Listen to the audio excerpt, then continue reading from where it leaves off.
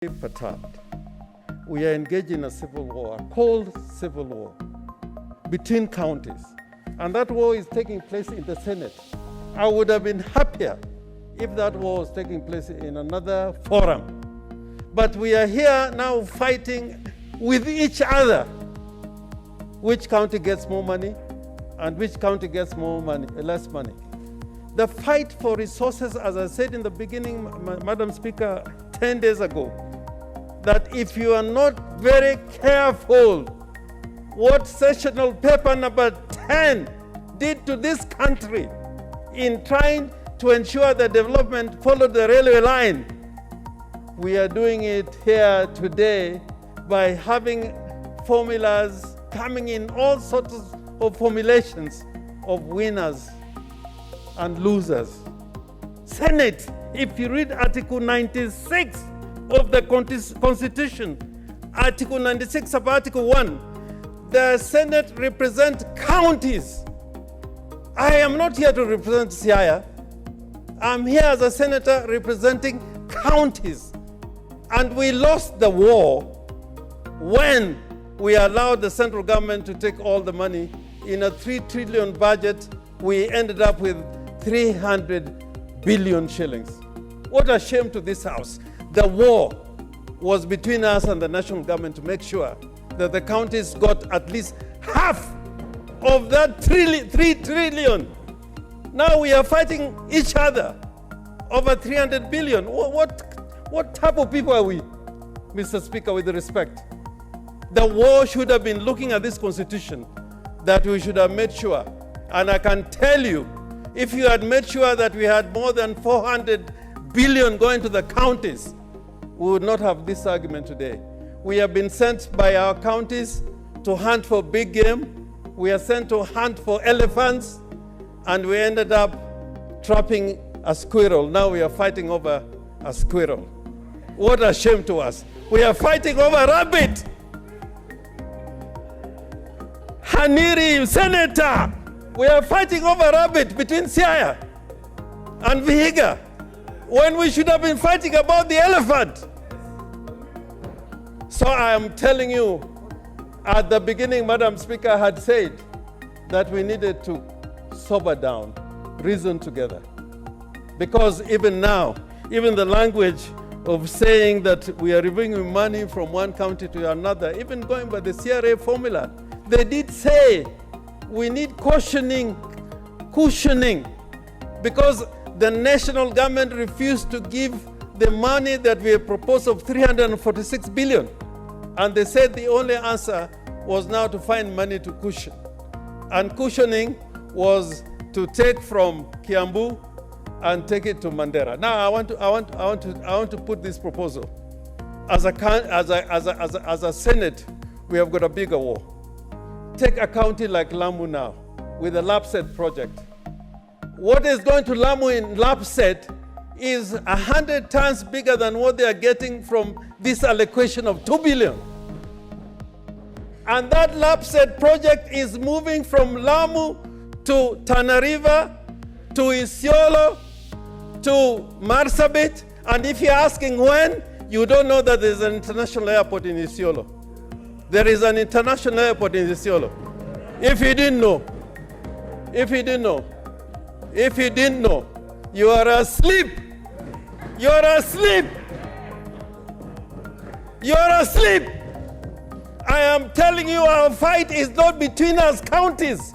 Our fight is with the national government to make sure more resources go to the counties. And one of the biggest mistakes we made, we allowed the national government to take all the functions.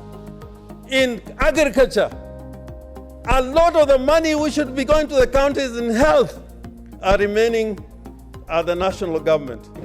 They are remaining here to be looted and be taken away. And now we are fighting over peanuts. We are fighting over peanuts. Madam Speaker, I am saying in conclusion that this motion is to be rejected. We go back to the original motion, and I'm saying the original motion, I'm coming up with an amendment to make sure that we consider pastoralism, we consider the blue economy, we consider the extractive industry, we consider the farms in Kericho, because a lot of people there don't know what those farms are doing. I am talking about Narok, where they have game and conservation. We want it to become part of the parameters. Mr. Speaker, I am asking this Senate to wake up that our fight is not between counties, but between us and the national government. I oppose. Mr. Speaker, I one of the persons who would never allow a situation where the rules are changed midstream. That I cannot live with. And Mr. Speaker, you have been referred to Standing Order 31. I think that's anticipation, because we have not gotten there yet. But on relation of Standing Order number 104, Mr. Speaker, it will be a travesty of justice. And that's why you're put on notice that you have a discretion. But that discretion is dependent upon the fact that you can determine there's an abuse. If there's an abuse, Mr. Speaker, your opinion and your ruling is absolute. You've got to determine first whether there's an abuse. And that is very important, Mr. Speaker. Mr. Speaker, I want to tell you about a situation in South Africa, where a member of the minority party in the Parliament of South Africa was refused a right of hearing. He stood up like a lot of people are standing up in this house to be heard. And people are standing up on a point of order and saying the mover became upon to reply. He went to the High Court in South Africa and they said the most serious violation of the right of expression is to deny a member of a national institution, more so the parliament, that he can stand up and he has a point to be made, but because of procedural issues is not heard.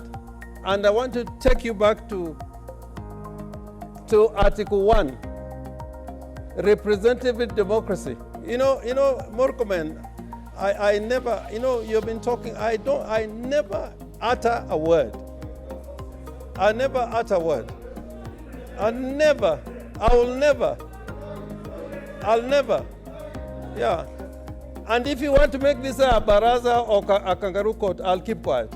But Mr. Speaker, I was in this house when the President of the Republic of Kenya would be sitting next to you there, and I'll be heard until conclusion. I was never stopped.